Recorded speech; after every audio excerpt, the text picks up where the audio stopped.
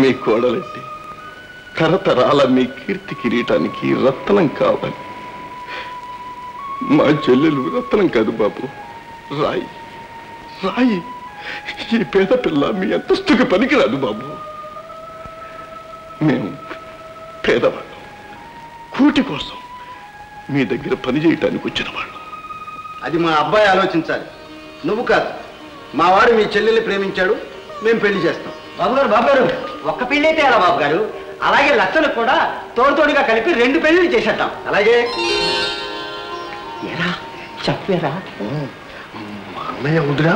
ఊరి అదంతా నీకెందుకురా? మీ అత్తయ్యని నేను స్వయంగా తీసుకొస్తాను, సరేనా?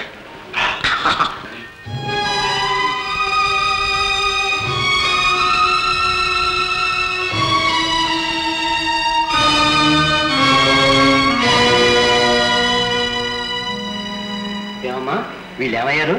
తెలీదు, ఎక్కడికి వెళ్ళారో ఏమిటో పాపం. అలాగా? పాపం రావణ తమ్ముడికి చెల్లికి పెళ్లిళ్ళు, అవి చూసుకునే అదృష్టం కూడా లేదు కాబోలు. ఏమిటి, శాంతికి లచ్చనకి పెళ్లిళ్ళా? నిజంగానే? ఏమో నేనే అబద్ధాలు కాదనుకున్నావా? పెళ్లిళ్ళు కాదండి, కావాలంటే చూసుకొస్తున్నాక. మావయ్యలు మావయ్యలు, నీకు ఒక శుభవార్తలు. శుభవార్త? మరే నీ నోటితో ఎప్పుడైనా ఒక్క శుభవార్త చెప్పారా? ఇప్పుడు చెప్తున్నానుగా. ఏడ్రది? అదే లీలకిను లత్తన్నకి పెళ్లిట. శుభవార్త ఇదిగో శుభలేక.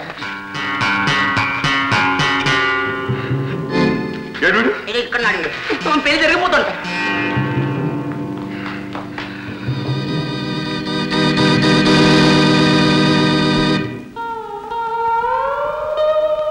తండ్రి రామచంద్రమూర్తి, నిన్నే నమ్మి పూజిస్తున్న వాడిని నా కష్టాల నుంచి నువ్వే నన్ను కాపాడలేయా. నా తమ్ముడు లేకుండా నేను బ్రతకలేను స్వామి. వాడిని ఒక్కసారి నా కళ్ళకు చూపించు, లేకపోతే నీ పాదాల సాక్షిగా చెప్తున్నాను, ఇక నీ విగ్రహాలు నేను చేయను. అసలు ఇక్కడి నుంచి కదలనే కదలు.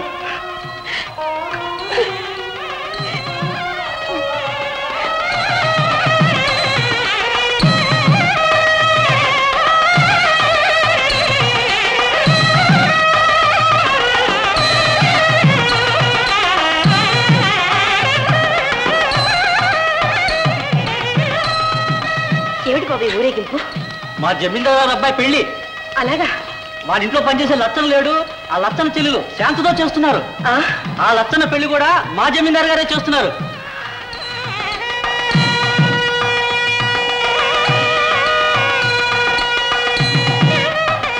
ఏమండి ఏమండి ఏమండి, మన లచ్చన శాంత లీల ఇటే వస్తున్నారండి. మన శాంతకి జమీందారు గారు అబ్బాయితో పెళ్ళట. లచ్చన లీల పెళ్లి కూడా వాడే చేస్తున్నారటండి. ఇదిగో అదిగో ఊరేగింపు ఇటే వస్తుంది. రండి, పదండి పదండి.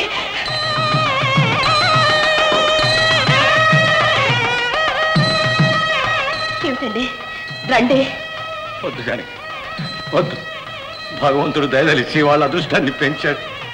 ఈ దరిద్రంతో మనం వాళ్ళ ఎదుటపడి ఆ అదృష్టాన్ని పాడు చేయొద్దు. మనం చాటి నుంచి చూద్దాం, మనసులోనే ఆశీర్వదించి ఆనందిద్దాం.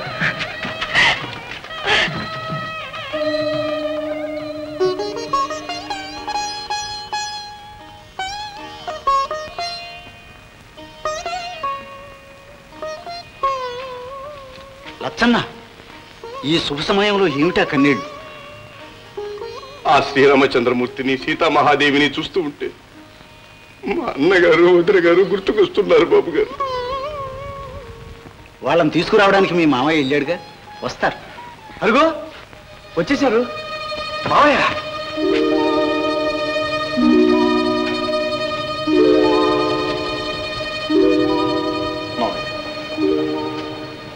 అన్నయ్య వదిన ఏరి? వాళ్ళు అక్కడ లేరు. ఎక్కడికి వెళ్ళారు? ఇంటికి తాళం వేస్తుంది. ఎవరిని అడిగినా ఎక్కడికి వెళ్ళారు అని అడిగితే ఏమీ చెప్పట్లేదు. అయ్యో, ఇంతకాలం వాళ్ళిద్దరిని నా దేవుడిగా పూజించుకుంటున్నాను. ఈ శుభ సమయంలో వాళ్ళు లేకుండా పోయారు. లచ్చన్న, ఇప్పుడు రాకపోవచ్చు, తర్వాతైనా వస్తారు. వెతికించి తెప్పిస్తారు. లేదండి, నా భక్తిలో ఏదో లోటుంది. మా అన్నయ్య వదిన మీద నా ప్రేమ భక్తి నిజమైతే ఈ పాటికే వాళ్ళు ఇక్కడ ఉండాల్సింది బాబు, ఈ పాటికే వాళ్ళు ఇక్కడ ఉండాల్సింది. బాబు లచ్చన్న, అన్నీ సవ్యంగానే జరుగుతాయి. ఎక్కడున్నా వాళ్ళ ఆత్మలు మీతోనే ఉంటాయి, ఆశీర్వాదాలు ఉంటాయి. నువ్వు ఆందోళన పడకు. అన్నిటికీ ఆ శ్రీరామచంద్రుడే ఉన్నాడు. కానివ్వండి పూజ కానివ్వండి. పదలచ్చన్నా.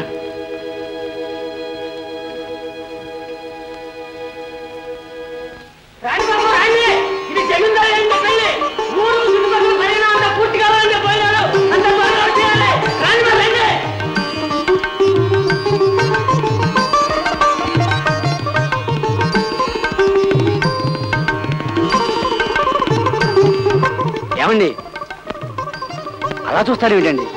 ఇక్కడి నుంచి ఊరికే వెళ్ళిపోతే మా జమీందారు గారు ఒప్పుకోరు. రండి, ప్రసాదం తీసుకుని వెళ్తారు కానీ. రండి రండి.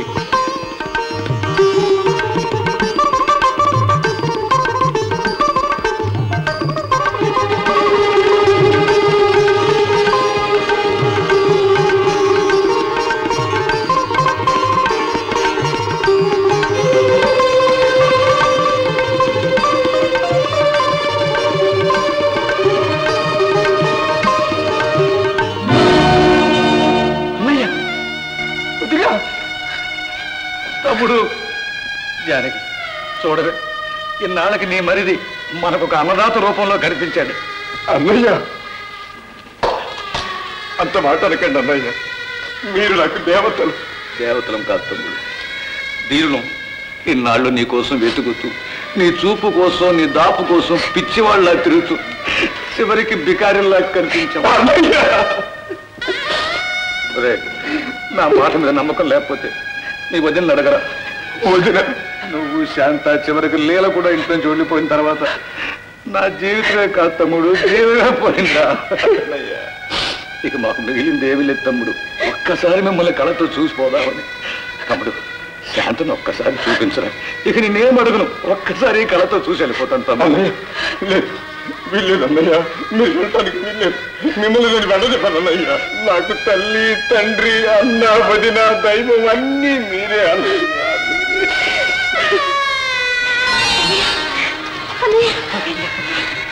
జానకి, ఇక మనం చచ్చిపోయినా పర్వాలేదు. అన్నయ్య, బట్ అంత లీలా ఊరేళ్ళ పాటు వచ్చలేండి అమ్మా.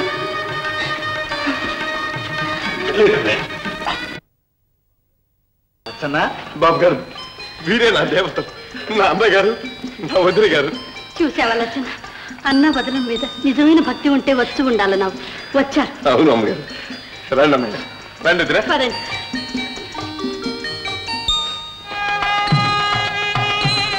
ఆపండి, ఆ పెళ్ళి ఆపండి.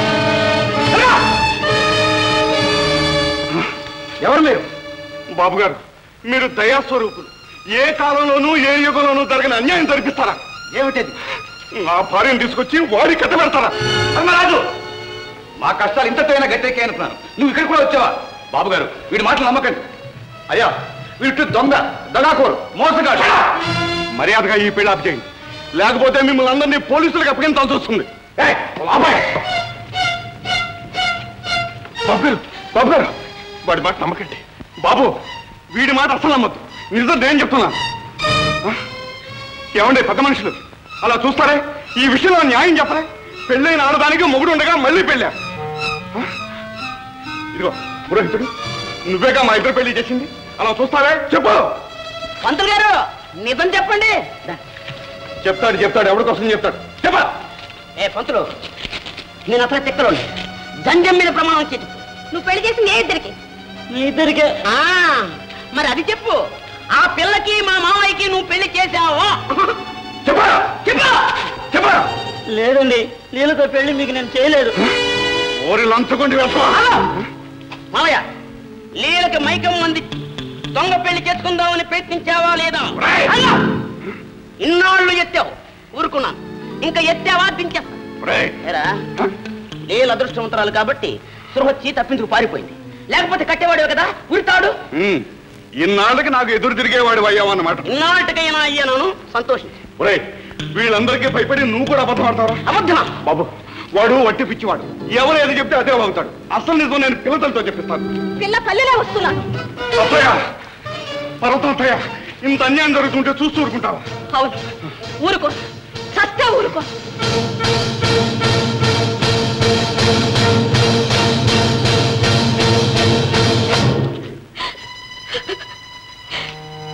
ఈ ధర్మరాజు తన ఆస్తి చూపి ఆశ పెట్టి నా బిడ్డకు బలవంతాన్ని మైకమిచ్చి తాళి కట్టబోయాడు.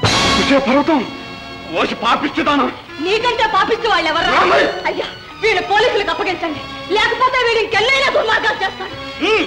మర్యాదగా బయటకు వెళ్ళి మామయ్య పెళ్ళి మామయ్య బాగుండదు. వెళతాను